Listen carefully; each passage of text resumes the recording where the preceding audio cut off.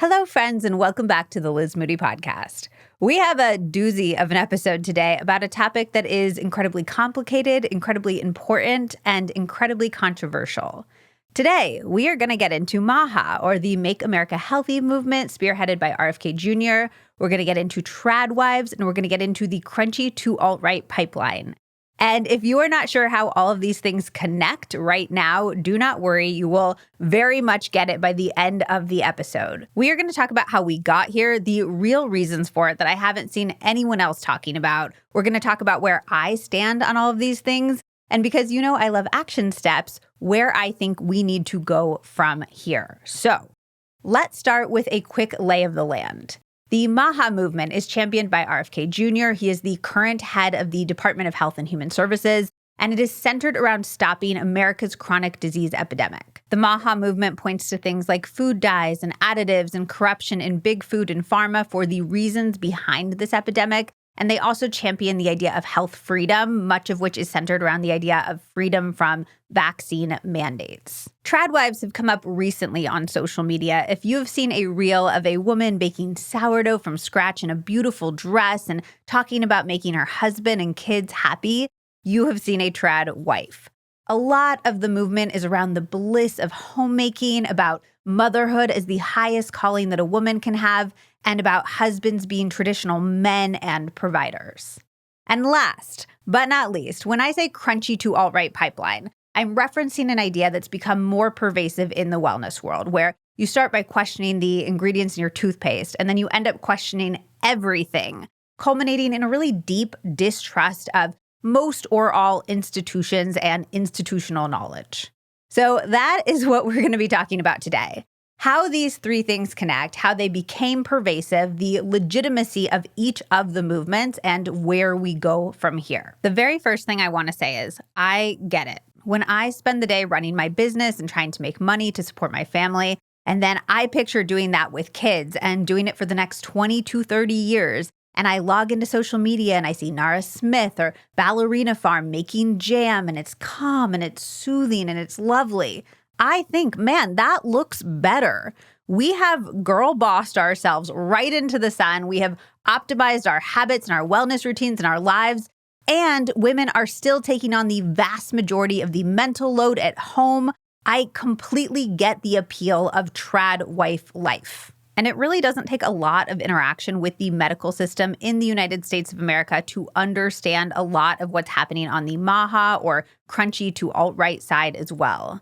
I have a really close loved one who spent the past year trying to figure out and get help for a serious diagnosis, and it has been truly a terrible experience. It is so hard to find good doctors, to organize all these different specialists, to even know who to see in the first place. He has gotten real results by working with functional practitioners that are outside of insurance, which is a huge privilege and is not accessible for the average U.S. citizen. Any person who has had a brush with our medical care system can see the problems. And any person who looks around and they see friends and family members who are just racking up these diagnoses, who don't feel good in their own brains or their bodies, will resonate with the idea that America is unhealthy. And they'll feel the frustration that accompanies that. And there are some real problems with all of these movements that I want to talk about. But first, I want to get into the real reason why we are here in the first place. A big reason why people, and especially women, are opting out of the traditional medicine world is because the traditional medicine world has left them out for years and years and years. Let's go back to the late 1950s, to what's been called one of the biggest modern medical disasters.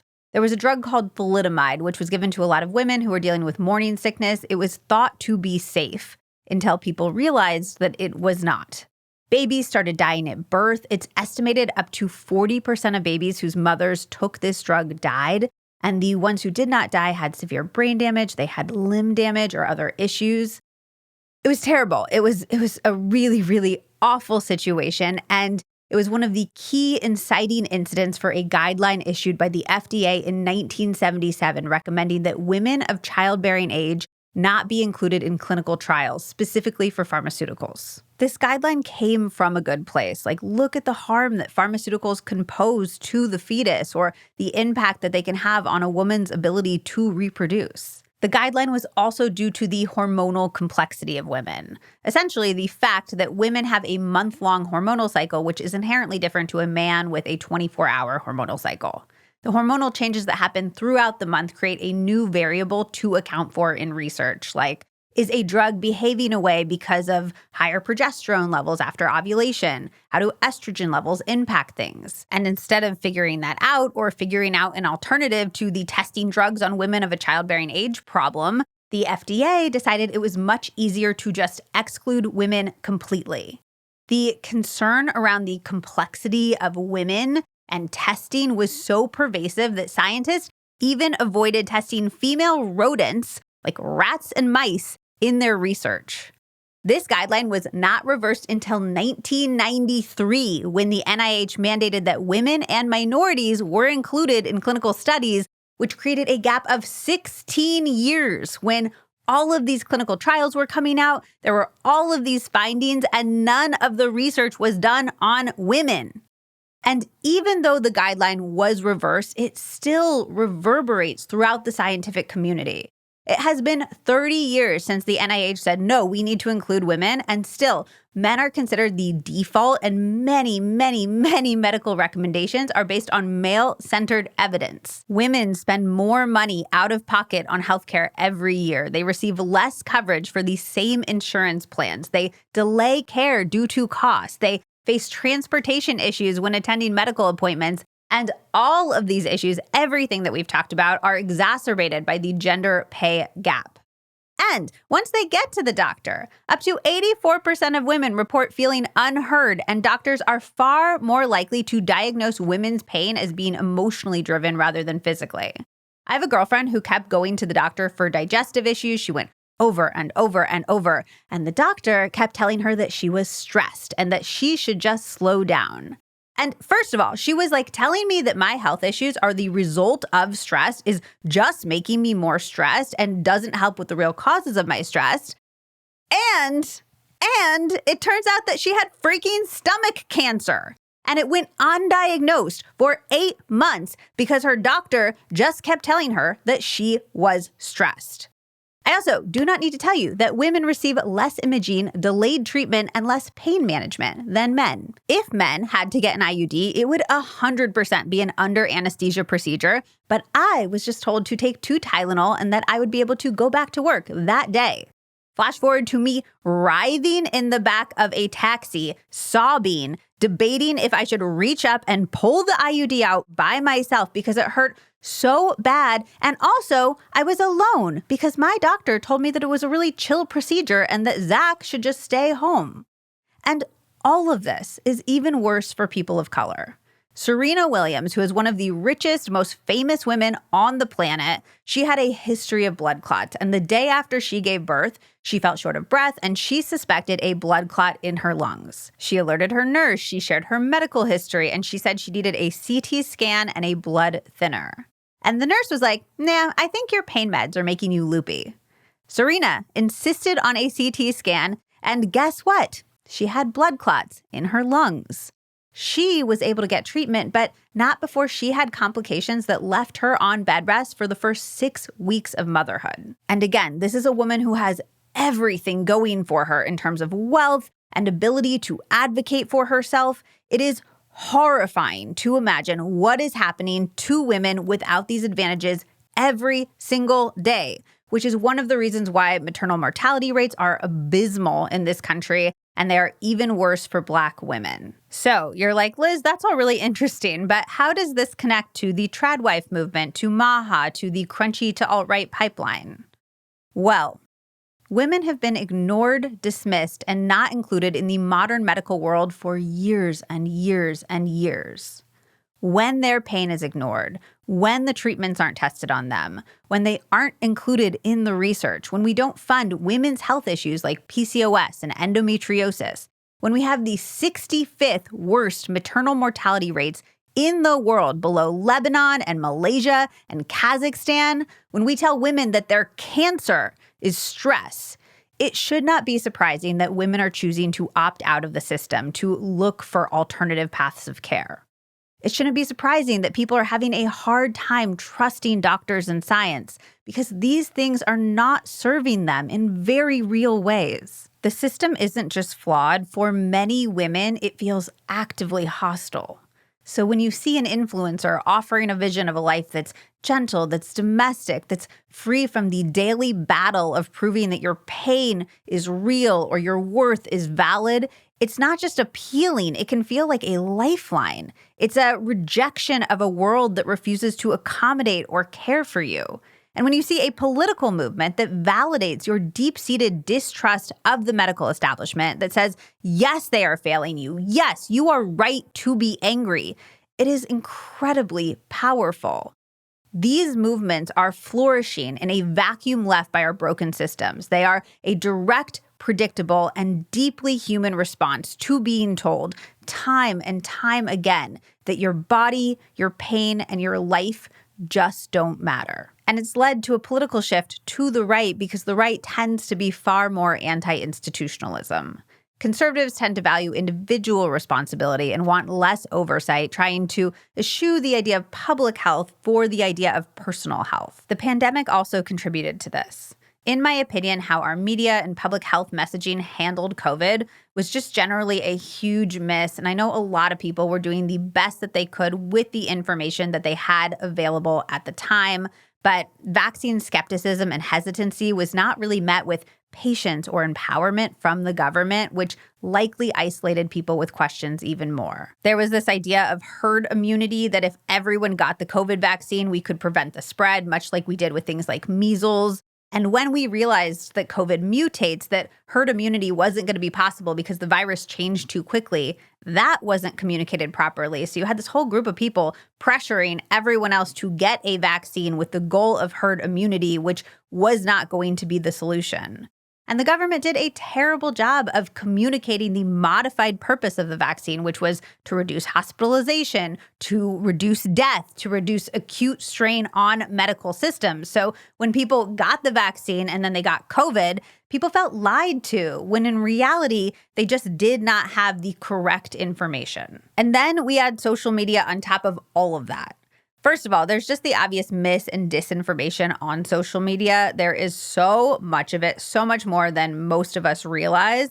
And the thing that a lot of people don't know is that the algorithms incentivize it. They drive a culture of skepticism and extreme views because the most out there views, the most controversial views inspire the strongest reactions, and then they get sent out to more people. So it's not like you're swiping on social media and some of what you see might be right and some of it might be wrong. The algorithm is designed so you are more likely to see incorrect or fringe information. You are more likely to see extreme viewpoints than reasonable ones. But because we're not told this, we think that what we are seeing is just normal, accepted reality. On top of that, social media encourages performative wellness because it's literally something that you are watching. The wellness that you are seeing has to be performed by design. It is incredibly hard. I've tried to do this, to make a compelling performance about the importance of clean air or green spaces or having more patient-doctor FaceTime or insurance, but you can make a great social media post baking sourdough in a serene environment with an ASMR voiceover.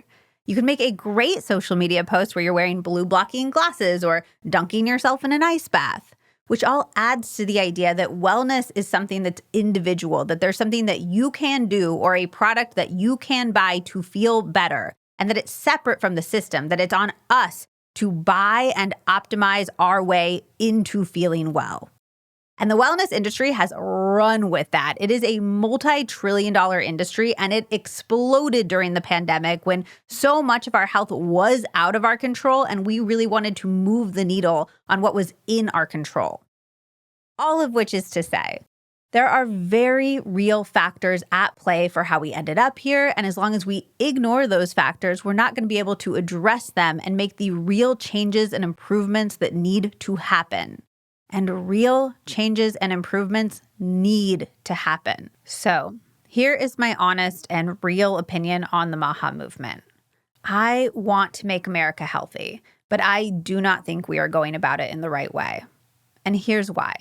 The current administration has ended hundreds of research projects at the NIH, including projects on HIV prevention drugs and Alzheimer's disease research. During Trump's first administration, he rolled back more than 100 environmental rules, including ones regarding clean air and clean water. And the new Trump administration just announced in May that it will delay enforcement of drinking water limits for PFOA and PFOS until 2031, and they plan to rescind or reconsider limits on 4 other PFAS chemicals. PFAS, if you're not familiar with them, are forever chemicals. They basically degrade really, really slowly. So they build up in our bodies, they build up in the environment, and they have widely known health effects. Avoiding them is a really big part of the MAHA movement. And this administration is preventing their removal, which is a really strong reversal from the Biden administration's national drinking water standard, which authorized $1 billion to test and treat PFAS in the water. It just doesn't add up. They say they want one thing, and then they're acting in opposition to the thing that they say they want. This is the same with pesticides. They're saying, let's get our pesticides out of our food. But in 2015, Obama proposed a ban on something called chlorpyrifos, which is a pesticide that's been linked to neurological issues in children. And the Trump administration blocked the progress of this ban, going against scientific consensus and leaving the pesticide on the market. Did you guys know this was happening? I didn't. I was shocked when I did the research into these things. It is so antithetical to many of the stated beliefs of the MAHA movement that it honestly shocked me. The current administration also just passed legislation that will cost millions of people their health care coverage. It will close many hospitals, especially in rural areas, and it'll make insurance premiums go up across the board. This is not making us healthy again. This is making it harder for us to get the healthcare coverage that we need. One of the main purported goals of the MAHA movement is to prevent and reverse the chronic disease issues plaguing this country. I agree with that. I want to do that. And I think that the myopic focus on things like raw milk and food dyes misses the point.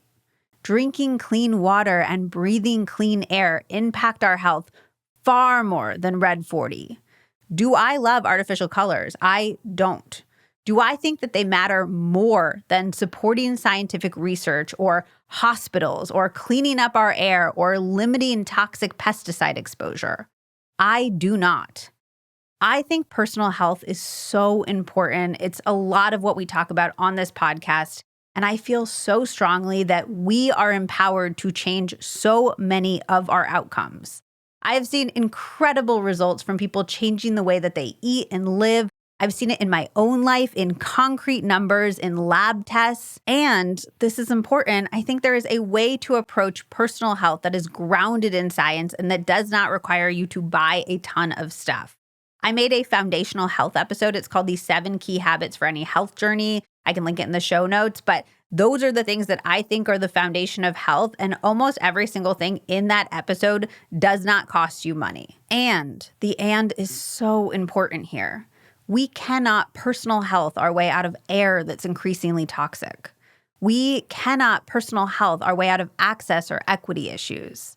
We cannot personal health our way out of a hospital that's closed or insurance premiums that make life-saving care a financial concern. We cannot personal health our way into research that results in real treatments for women's health issues or improves maternal mortality outcomes. I understand the push toward personal health. I think there can be so much power found there.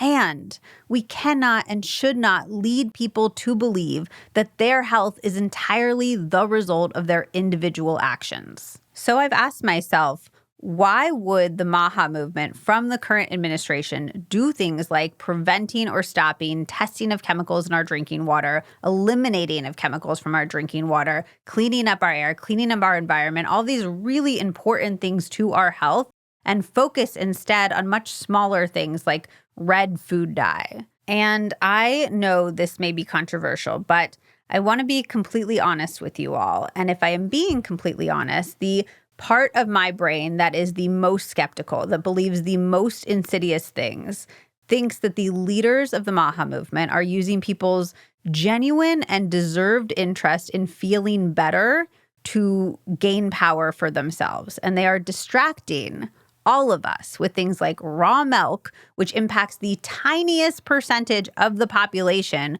while making these sweeping changes that largely benefit large corporations, making the very richest people in the world even richer, because those are the people who lobby and donate to support the campaigns. I don't know. I don't know what to tell you. This is all I can come back to. I circle it and circle it and circle it in my head, and I cannot come up with another explanation for the actions taken being so different than the purported intent of this type of movement. So where do we go from here? You know, I cannot leave you without some tangible action steps, because feeling frustrated or confused or helpless about our health is a huge part of the problem. It can feel really daunting because, as we've discussed, the system itself is the root of so many of these issues. So that's why I think that awareness and learning is a huge, huge part of the solution. So just by listening to this episode, you've taken a hugely important step in framing the problem. Also, for that reason, please share this episode with everyone you know so we can have this conversation. We can inform ourselves.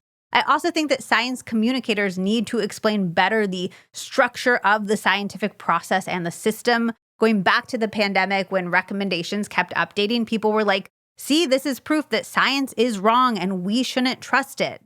But this is what science is. You get new information and you update the recommendations based on consensus. Science is always trying to disprove itself. The evolution is the goal with science. We want to look back and say, wow, look how far we've come. And outside of shifts in mindset and shifts in perspective and shifts in how we think about these things, there are also some very concrete, very real action steps that we can all take. Action step number 1, we can get radically good at advocating for ourselves and for our loved ones within the broken system. This is something that comes up over and over again on the podcast. Become a meticulous record keeper of your own health. Before a doctor's appointment, write down your symptoms, write down when they started and what makes them better or worse. Write down your specific questions. And if a doctor dismisses your pain, especially if they write it off as stress or anxiety, practice saying, thank you for that perspective. What physical causes can we rule out first? Ask them to document if they deny you the treatment that you ask for. Ask for the tests. Insist on a second opinion. Be Serena Williams. And let's extend this beyond ourselves. Be the person who goes with your friend to her appointment to be a second set of ears and a voice of support. Be the advocate for your sister, for your mother, for your friend who might be too exhausted or in too much pain to fight for herself right now. We should not have to do this. I want to be so clear on that. But right now, we do, and this is how we're going to get the outcomes that we deserve. Speaking of being exhausted, the trad wife movement is disguising the very real conversation that we need to have in this country. We are not supporting women. We need to be having real conversations about the work culture that was designed by and for men with wives at home. We need to fight for policies like robust paid parental leave for all parents, for flexible hours, for affordable childcare. These are not nice to haves. These are fundamental support systems that would prevent so many women from feeling like opting out is the only way to maintain their sanity. The tradwife movement is letting us avoid these conversations by glamorizing a solution that is not real. We are burnt out. We are tired. That is real. The fix isn't hearkening back to a time when women didn't have credit cards, which we got in 1974, by the way, or a time when women were given Valium to deal with the anxiety of their daily lives so frequently that it became colloquially known as mother's little helper. Glamorizing the past sweeps the reality of it under the rug, and again, more importantly, it lets us continue to get away with not addressing these problems, not creating real solutions. We need to create systemic change. We need childcare solutions. We need maternal health care. We need to have real conversations about division of labor, not just physical tasks, but mental load. I have an episode with Fair Play founder Eve Rodsky. I can link that in the show notes, all about how to practically do this. And we need to remember that, like everything we see on social media, the trad wives are not real. Many of them have massive amounts of family money supporting their idyllic lifestyle. Almost all of them are making huge amounts of money, like millions of dollars, by portraying traditional wives, which means they are actually the wage earners, the working moms, while they are influencing other women to drop out of that career. And the women who are influenced, who do end up dropping out of the working world, often don't have access to that same level of money or safety that the trad wives do. And honestly, that scares the shit out of me. It is up to every partnership to navigate how they handle money, but considering the power imbalances, making sure that every person involved has decision-making abilities and an out if needed is so, so important. Let's fix the root cause, not lie to women about a solution that ultimately leaves them worse off. We also have to get savvy about how we consume information and engage with social media, because these problems are just going to get worse as AI comes even more into the picture. That is another huge action step. If you see something online, check the original source. I have a whole episode about fact-checking the information that we see online quickly that I can link in the show notes. But I want you to remember the algorithm is designed to show you the most extreme, most emotionally activating content, not the most accurate. So take control, unfollow accounts that make you feel like your health is a performance or a problem that can only be solved by buying something, or people who are actively trying to stoke fear and outrage. The goal should be nuanced understanding. Actively seek out and follow credentialed experts and pay attention to the consensus, not the lone wolf with the contrarian take who, again, that's the person who social media is going to amplify. That is the person that social media is going to put in front of you and make you think is what the general public is saying. Something that I always look for and that we try to do on this podcast is not looking for evidence to support an answer that we already have. So when we're researching, we're not thinking raw milk is good for us or raw milk is bad for us, and then looking for science to support that, because these days you can pretty much find something to support any viewpoint. Instead, we're asking, what does scientific consensus and current existing evidence say about raw milk? And we are looking at all sides. Make it a practice to catch yourself when you're looking for evidence to support something that you already believe versus what the actual evidence says. This is how good science and good journalism are conducted. We have to be able to hold two truths at once. We have to critique the system without tossing out everything that it's given us. It is not about throwing the science baby out with the science bathwater. The bathwater is the historical exclusion of women, the frustratingly slow pace of research, the flawed public health messaging. And we are right to want to change it. But the baby is all of the incredible things that science has given us, the process that gave us antibiotics and modern surgery, and the very tools that we use to identify the flaws that we have talked about.